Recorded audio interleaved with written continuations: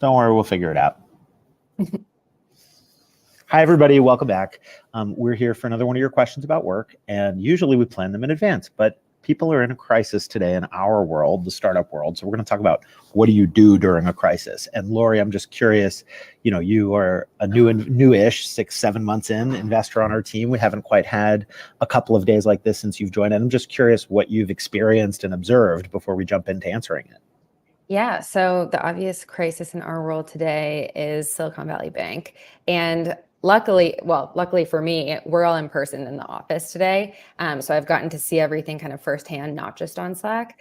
And what I've noticed is that for us, because we think of our founders as our customers, we've been actually totally focused on staying level-headed. And that's something that I don't know if I necessarily expected. Like, we've been trying to be pragmatic with every step that we take and proactive of how we can help, but not raise any alarms on our end. Well, and what have you been seeing in terms of what founders are saying and what, just in terms of what the activity is?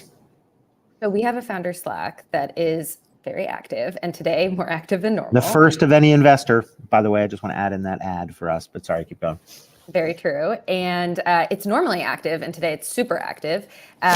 Folks are talking about the nitty gritty. They're in the weeds figuring out how are they going to hit payroll on Monday. They're figuring out whether their account hits the bar for being FDIC insured. They're thinking about which banks to move over to, whether they have contacts there, whether anybody can make introductions. It's really the nuts and bolts of how to handle the problem. Yeah, and I'm seeing some emotional stuff too about people like, how worried are you, that kind of thing. And so let me just share. Too early, my headline view is managing a crisis is a skill you can get better at. And the first thing to do is just be aware you're in a crisis. So two early experiences for me. One is I used to work at a nonprofit when I was in college. And I remember something went bad. I don't even remember what it was. And the person who was the number 2 at the nonprofit was like, Roy, this is not a crisis. Here's what the consequence of this is. And I was like, oh, when bad things happen at work, think about how bad they are and respond appropriately. That's the first thing, is like, not every little thing has the same equal magnitude. And then second thing was I spent a few months at NBC Nightly News, and it was, I'm dating myself, the summer that John F. Kennedy Jr.'s plane went down and he and his wife died. And I remember everybody in the newsroom like running around like chickens with their heads cut off. And my boss said, hey, look at me and look at the other senior producers here. Our heart rates are barely moving. We know what we're doing. We have to act differently because it's a crisis, but we're not emotionally responding to it. And so I think the first thing is being aware you're in a crisis, and then differentiating between, and there's separate things to manage, they're very related, but how much of the thing you need to manage is your own emotional response to that moment, and how much of what you need to manage is your practical response to that moment. And what people tend to do, all the things being equal, is that they just tend to respond the way they normally would. And as the pressure of a crisis escalates, I don't know, we're going to be all out of money, or we're going to make payroll on Monday, like big questions, their intensity of their response magnifies to the point where it can become counterproductive, where it basically floods things and, people jumping in on Twitter with like messages of panic. And it's not that panic is unwarranted. It's that letting yourself be guided by your panic makes you make worse decisions. And so honestly, just realizing you're in a crisis and it's a different mode is really helpful. The second thing is just simple prioritization. It's like, what do I need to do? And the word triage, I think, is really useful here, from hospital room. What do I need to do, in what order, and what's getting in the way of me doing that? And then, in our case, for example, what we needed to do was first try to figure out what information we had. Second, try to figure out how to support founders and the questions that they had. And sometimes the things are going to be inconclusive, and a temptation in a crisis is to rush to certainty. Sometimes you just don't know. And the answer is you might not know for a little bit. And so telling people you don't know and you're not sure that you can recommend a course of action, but here's some options, is a thing that you can do. The other thing to do is to listen.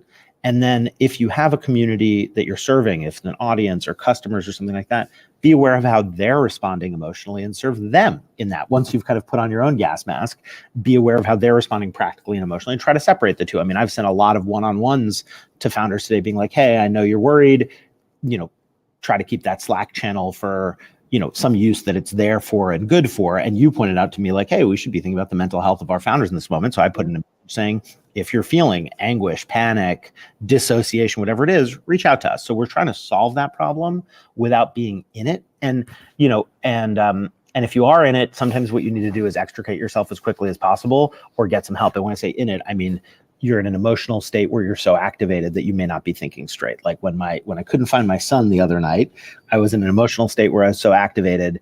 Now everything's fine, but that I couldn't think straight. So I called my wife and she was like, yeah, I think it's right to be worried, but I think you're more worried than you should be. And so Sarah gave me this kind of stabilizing effect. A few other odds and ends. One is be aware of the consequences of your communication on others. Like you may be in some urgent chat and somebody's responsive and then you're like, hey, by the way, what are you doing with the kids on Saturday? And it's like, now go away. Like now I need to deal with the real stuff. And even things like the perfunctory thank you emails can start crowding the channel. And attention is the most scarce resource in a moment like this. And so you think both about how to manage your own attention, but also the effects that your actions have on the attention of others around you, because they may be in a crisis as well. And also the last thing I just say is people may not know you're in a crisis. And so I set up an out of office saying today is an unusual day.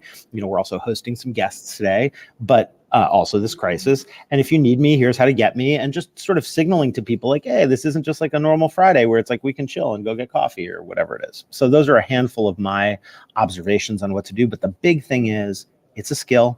You can get better at it.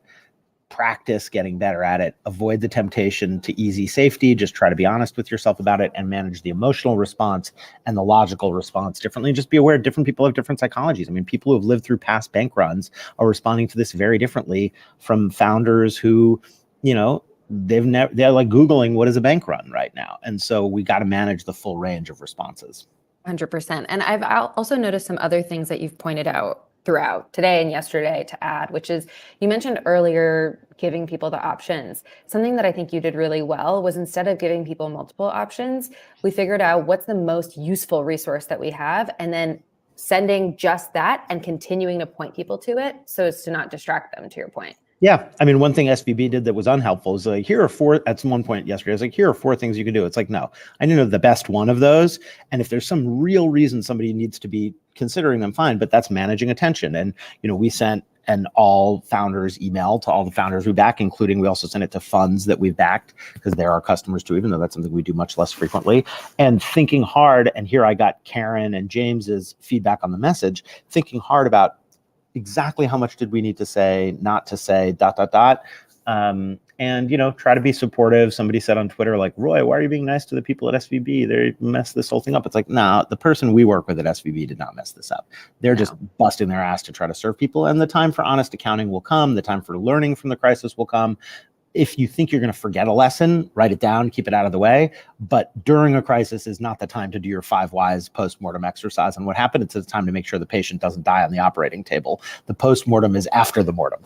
Oh, 100%. And I think to our earlier point about mental health, the people that are our contacts at SVB, they're people too. They're under enormous, unbelievable amounts of pressure. And we want to be respectful and gracious around what they're going through.